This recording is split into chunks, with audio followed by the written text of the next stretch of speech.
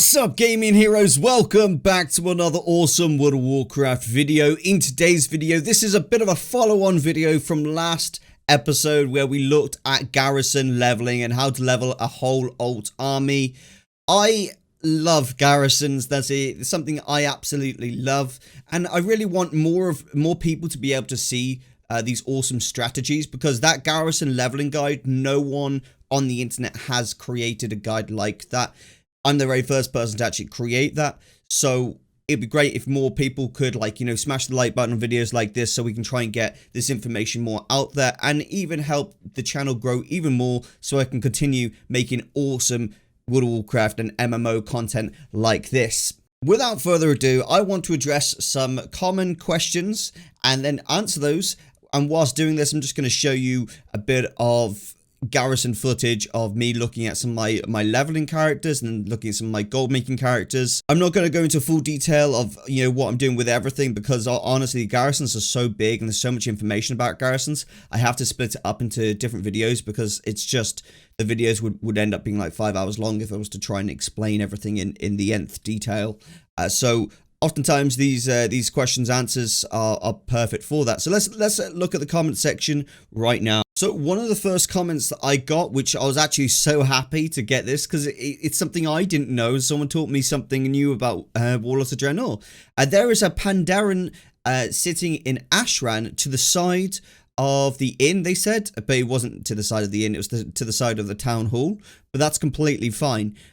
There is a Pandaren that if you talk to, and his name is Fentau, and if you talk to him and you ask him to join your efforts, he actually becomes a Garrison follower, which is really, really cool and unique. I had no idea. So not only once you've unlocked your Garrison level 1 and you get your quest to go to Stormshield Ashran, and you do your quest line where it introduces you to Stormshield Ashran, and at the end you get your follower, your epic follower or your rare follower.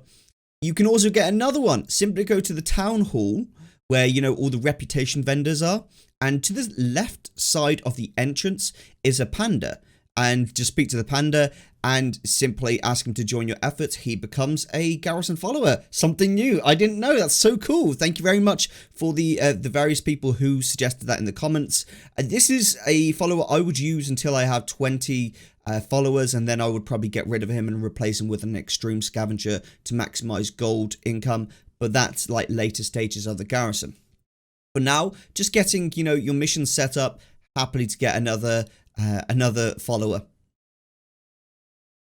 Another person said, if you use this leveling method in combination with doing classic World of Warcraft dungeons, it would be insane. That is completely correct. In fact, I would have a slightly different methodology if I was doing it that way, because that's more active leveling than it is passive leveling. The method I showed with the Garrison leveling strategy is very much just pure passive. Log out, log in when you want to collect your reward. This is more of an active because you're playing the game. So with that being said, I would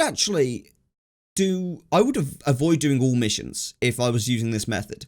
I would only be doing missions that are like 30 to 45 minutes max. I would never do any missions that are like an hour and a half. Any mission that would take an hour and a half, I would avoid doing, because that is just a waste of your time. Realistically, you're going to do, a dungeon every 20 minutes. So if you can try and just stick to missions that are like 30 minutes long, even if it means you don't send a follower on a mission, theoretically, you have a higher chance of proccing XP missions by simply just prioritizing those. And to get, Warlords of Draenor resources, then I would simply just prioritize those resource missions, or I would collect some from the resource caches that are outside your town hall in your Garrison. You should get 500 every 3 days. I never thought of passive leveling with Garrison. I've gotten a dozen neglected alts, haven't we all, my friend? I could get to 50 this way. And archaeology, you say? I didn't know that helped. Nice info indeed. Thank you very much, Jerry Clow, for that lovely comment. Yeah, archaeology is really useful, and I think a lot of people may have skipped across some of the information within that video. that I previously released, but archaeology is really useful because it opens up new missions that you can get on your garrison table, and this allows you to get missions that I call treasure map missions. And treasure map missions basically give you a treasure map that if you right click it, it will add a treasure map to your map, and it'll show you where the treasures are located on your map.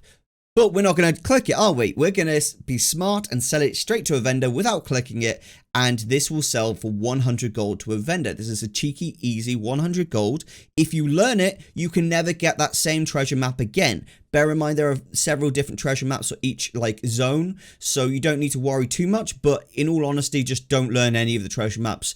Just sell them to a vendor as 100 gold. Why are you going to look away from 100 gold?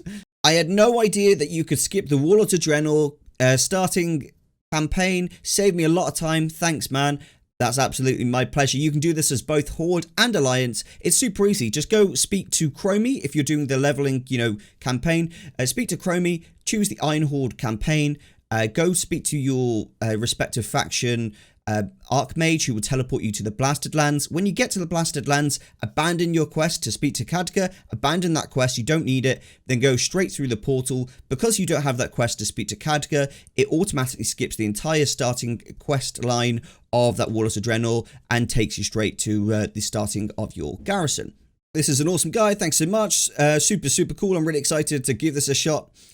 Not sure how this hasn't received more attention, but I'm definitely subbing and checking out your other content. Oh, thank you very much, Damien. Really nice comment there. Really appreciate it. The more subscribers and, likes we can get, the more this content will be seen by a bigger audience. You can get the treasure map off the Naval Yard as well. You can. Bender1981. Appreciate your comment here. I've seen your comments previously regarding the shipyard. I've had a look at the shipyard and I've tried to use the shipyard on 10 alts. I found it a waste of resources personally. You can get rewards from it, but the rewards versus the resources, cost of getting all set up just isn't worth the time and effort spent, in my opinion. I found it just too frustrating to set it all up and to go out and get, the unsinkable trait and then go get the fishing trait, the fishing nets traits. I ended up spending so much time doing that, it just stopped being passive. So I prefer now to just stick to the garrison mission table. I don't bother with the shipyard personally, but just unlocking the shipyard, as Bender says here, is completely correct. You, if you have the shipyard unlocked, you actually can get the treasure maps as well. You don't just have to have archaeology. Myself though, if people do ever ask me, should you have shipyard, I personally don't like it because it's just not passive enough, and I find all of the effort required just isn't worth the very minuscule reward that you kind of get. Maybe on some lower pop realms where the value of fish has a higher value, might be worth it, but on Silver Moon I can only sell my crescent fish for like 4 gold, which is, you get a lot of fish, don't get me wrong, but is it worth it with the amount of effort, the gold, the resources to set it all up? In my opinion, no.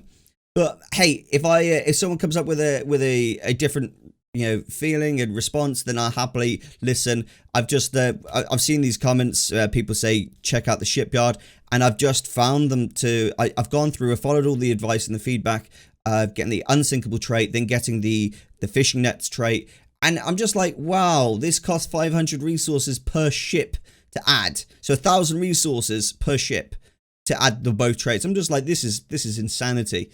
And that's not even just building the ships, that's not even just building the shipyard, it's just crazy. So personally, not for me, that one. But thank you, Bender, for that comment. That's completely correct. The treasure map does come off the naval yard as well. Oh my god, this is one of your best videos. So many great tips. Also, I love the green bird mount. What is it called? Dafana. The bird mount, I can't remember what it's called, but I think it's like a macaw, and I got it from Island Expeditions. Got it pretty easy, actually. I think it was my second Island Expedition I ever did. I got that. I was pretty lucky.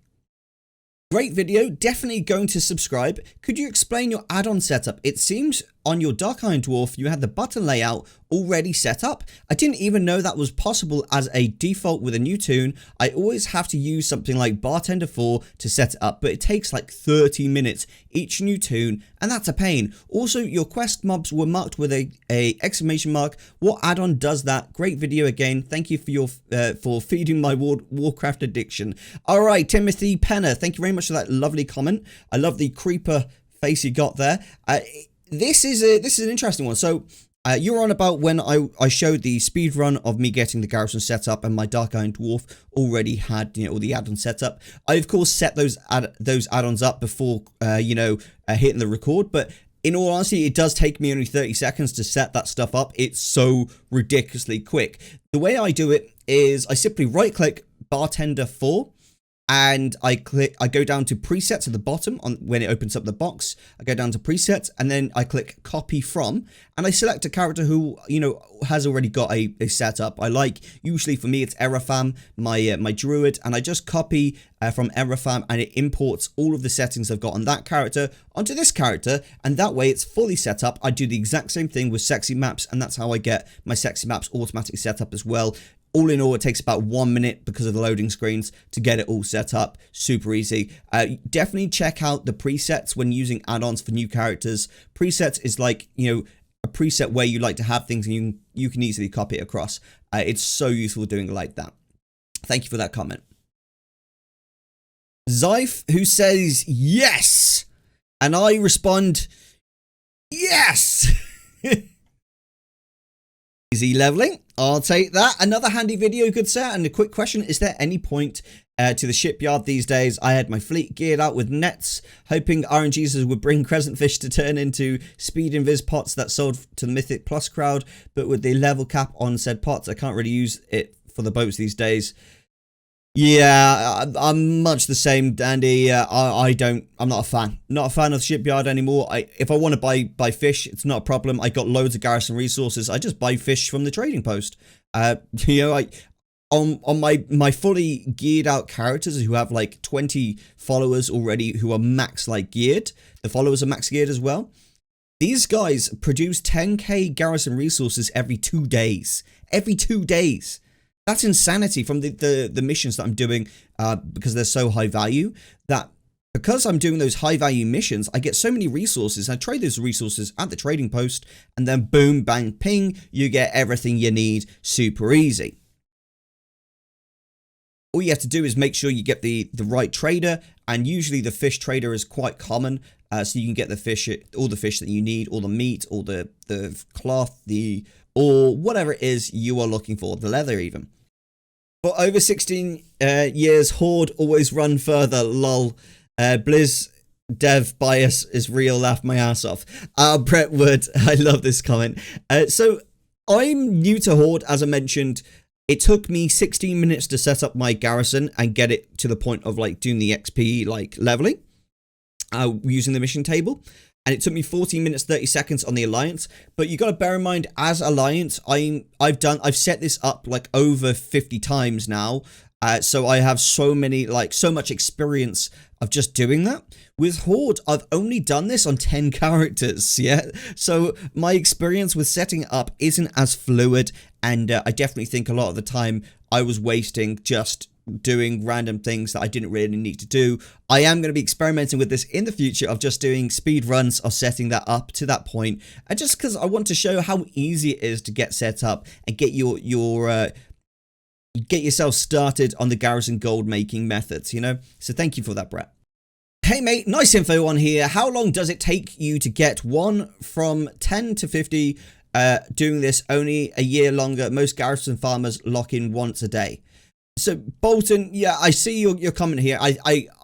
This comment felt to me, I might be misreading this, might be a bad take, but it felt to me like Bolton was undermining this strategy and kind of suggesting that it's a waste of time, etc., etc. To you, Bolton, I simply say that this is a passive strategy to level up your characters. And if you are like leveling one character and you're like, oh, I'm not getting the XP mission, then yeah, you're going to be a bit frustrated because you're looking at one character and you're in the wrong mindset. You're still in the active leveling mindset. If you're doing that, just don't do the Garrison missions. There's no point. Just go do your questing. Go do mission. Go do instances. Go do PvP. Whatever it is you want to do to level. If you want to actively play the game, go actively play the game. If you're leveling 20 characters like I am, that you don't want to be actively playing the game on every single one, because that's 20 times, you know, at least 5 hours. Let's be realistic, it's probably more like 6 hours. Yeah, so 20 times 6 just to get all your characters to level 50. That's a huge amount of effort and time spent in game just to level your characters up. That is so much effort to do. Why do that when you can do it in a passive, easy way? I always find that people complain about not getting XP missions when they have like not very many characters. If you have more characters set up, you find that you get loads of XP missions across all your characters, and you're not so like mindset on, oh, I'm not getting enough XP missions, you know. Just keep it in mind, guys, and to proc those XP missions quicker, just do the actual missions on your garrison table that have less time, so like 30-minute missions, 45-minute missions, and hour missions. Anything above that really is just going to take too long, and just log in you know, every hour or two just to redo any missions that you can do. If you have Master Plan A and Master Plan add-ons, then you won't be laughing. Basically, this is be so easy. I think this has changed. I'm confused. My garrison seems to be built as soon as I get there. This is usually because you've boosted a character. If your garrison is already built, but you can't remember building it, either you have built it in the past and you've forgotten it over the years, or you boosted your character and Blizzard already gives you a garrison fully set up. That's often the case, and you know, it just means you get to skip some steps. So hey. How do you get garrison resources to do these experience missions, or do you need to do the garrison resource missions as well? Also, do you have gold from another alt when starting these alts to buy the buildings you need, i.e. the inn level 2, garrison level 2, or do you make money while leveling up using these techniques? Okay, so first of all, you don't need to buy any buildings whatsoever, guys. So let's just straighten up right now. To get from level 10 to 50, you do not need to buy any buildings. I advised that when you get to level 35, you buy your Lunarful in level 1 and 2. You do not need to. I advise that because it just allows you to start making extra gold from the extreme scavengers doing the resource missions and bringing you in additional rewards. You don't need that for leveling. It's just beneficial. Now, to get gold, if you learned archaeology over at Stormshield Ashran, you should be getting you a treasure map mission every now and again, and that will give you a cheeky 100 gold. If that keeps building up, because this isn't going to be something you're going to do in a week, is it? It's going to take you, you know, months of effort of just constantly doing it, or maybe less, to be honest. But we'll see. It depends how much you log in. The more of these missions that you're getting, the more gold you're earning.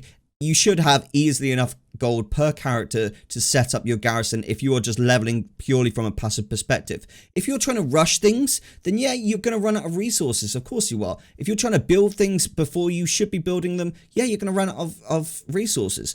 You're actively playing the game. You're not doing the passive technique, you know? So if you come at from that perspective, you're going to run into those bottlenecks. What you do have to bear in mind is, though, every 3 days, the garrison resources cache, which is outside your town hall, just on the right side usually, that develops 500 garrison resources every 3 days, which is pretty good, and it's a huge amount of resources. The XP missions don't cost much resources at all, so if you just focus on getting those resources and doing the occasional resource mission, then you're going to have more than enough. I honestly say do as much resource missions as you can, because you can always turn garrison resources into gold at the trading post. Now, I do say if you do get to 10k garrison resources, then at that point, get yourself a trading post and swap your 10,000 garrison resources at your trading post. Now, it is worth noting, if you do get the trading post, you won't be able to build the Lunarful in until you get your garrison to level 3, and that will allow you to have 2, large plots. At that point, you'll be able to do that, but not until. Do you have to do the quest line for the level 2 garrison every time? No. So the level 2 garrison, you get a level 20. You don't have to do any quest line. Again, it could just come down to you might be rushing things. There's no need to rush things. Just focus on what it is you're doing, and you're all hunky-dory, good to go, okay? So if you're doing the passive gains at level 2, all you have to do is, I think, have 150 garrison resources, and you can build your garrison level 2. You don't need anything else. You don't need to do a quest line or any shenanigans like that. Just get yourself built up and then get yourself to level 20, and it's as easy as clicking upgrade at that point on the architect table. How do you get more garrison resources? Already covered that. Go to your garrison cache outside your town hall every 3 days to collect 500. Super easy. Remember to do that, guys, because it maxes at 500. Why would you learn archaeology at Erosium, Kappa? Oh, funny stuff. So it seems to me like a lot of people in the comment section were asking about what to do when you run out of Garrison resources. I think this is probably a mixture of people just being excited. You know, they just got into the Garrison, they found the architect table, and they've seen they got loads of plots, and they just go ham. They're like, build this, build that, build this, build that. You don't need to build all this stuff yet. You can do if you want to start, you know, getting your profession building set up and slowly but surely working on that stuff. That's completely fine. You can do, but just bear in mind you might get bottlenecked for, you know, all the stuff that you're doing, and you don't really need to do that. Just do your Garrison missions, and over time you'll honestly get so much resources from these missions that you'll have more than you know what to do with. All right, guys. Discord, Cho, who is one of our great Discord community members over in the Gaming Hero Discord. How often do I relist Cards of Omens on the auction house until I should say they don't sell and better flip them myself? Okay, so there's not a lot of people playing the game right now, so naturally they're not going to sell as many right now, and you're going to struggle to sell, you know, Cards of Omens at the moment. You might sell them. What I would advise is don't, you know, list them too high. Make sure that you're listing them no higher than 6 gold. In my opinion, you can sell them above 6 gold, and I'm not saying that you can't, because, you know, I always get people who are like, Erosium, I sold them at 10 gold. I'm a god of making gold. You know, I understand you can sell them at that much, but we're not trying to make one sale here. If you've got a full Garrison army set up, you're making like 20,000 cards a week, okay? You don't have the time to sell these cards at these huge amounts of value. Sell them at max 6 gold. Max. Cards on average are worth 4 gold, 65 silver, so you're already making a huge profit there. I will sell these cards as low as 4 gold, 10 silver, personally, if the market is low enough to do that. I personally, if it gets below 4 gold, 10 silver, flip them myself, okay?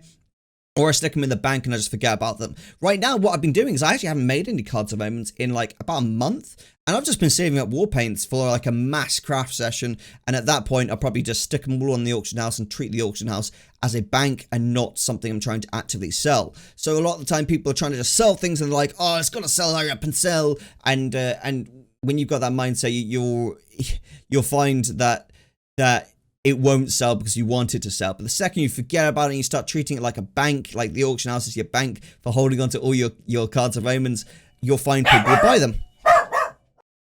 Do you think it's worth looking into blacksmithing to do Garrison Transmogs? They can be upgraded and each upgrade is another color. I would say it depends on whether it's a hype up realm or not. But if you are doing this, I would only do it on like one character, to be honest, because the gold benefits you get from the other like buildings are so high value. They are so high value. You'd be better off doing enchanting, to be honest. So my favorite ways of making gold with the smaller buildings is actually either using the enchanting building, the inscription building.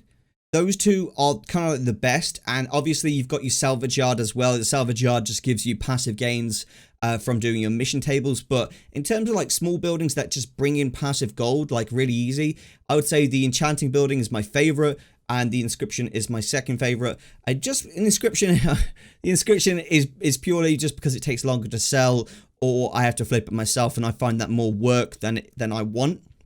And I'm quite a lazy player, so a lot of the time I will just do the enchanting one, and I'll pretty much fund the enchanting one from just buying dust from my trader at the trading post and then giving it into my enchanter.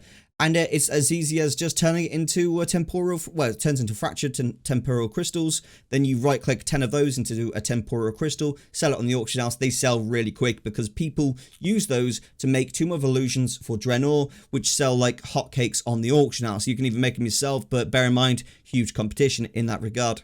If I don't have interesting missions like for resources in the mission table, do I still put my followers on missions for them to earn experience? Yes, so you need to get your followers up to max level immediately, as quickly as possible, to be honest. Level 40, I believe, is the max level, and then once they've got that, you want to be training them up so that they have the max item level, which I believe is 675. armor and weapons. Once they've got 675 armor and weapons, they are considered like a top tier follower. At that point, they will have a higher chance of proccing the high level missions, which will be like 2,000 resources a pop, which is insanity. The highest amount of resources I've got from one mission, by the way, is 7,500 resources as a reward. That was freaking insane, and that was from 3 extreme scavengers. And if you have these followers leveled up all the way up to max and geared up as well, you end up having a huge amount of like these gold missions, the missions that will bring you basically items you can sell on the auction house. Like for example, the reputation, I don't remember what it's called, Medallion of Legion, I think, or Medallion of Lost Legion, or something like that. You can sell that on the auction house for nearly 6,000 gold. That's freaking huge, dude. So get as many of those as you can, and you'll be laughing. So if you have 20 followers all geared up to the max, you have loads of these like rare missions spawn for you as a result. You can maximize this by having a level 3 Lunarfall in, but that is a lot of work to set up, so you might just stick with a level 2, to be honest. Also, once you've reached maximum, I still send my characters off on XP missions, even though they aren't getting XP. This is because I've got a salvage yard set up, and basically every successful mission with a salvage yard, you have a chance of collecting salvage. This will bring you additional rewards and give you extra awesome trade goods or garrison resources from these things. You can even get transmogs, which is pretty cool.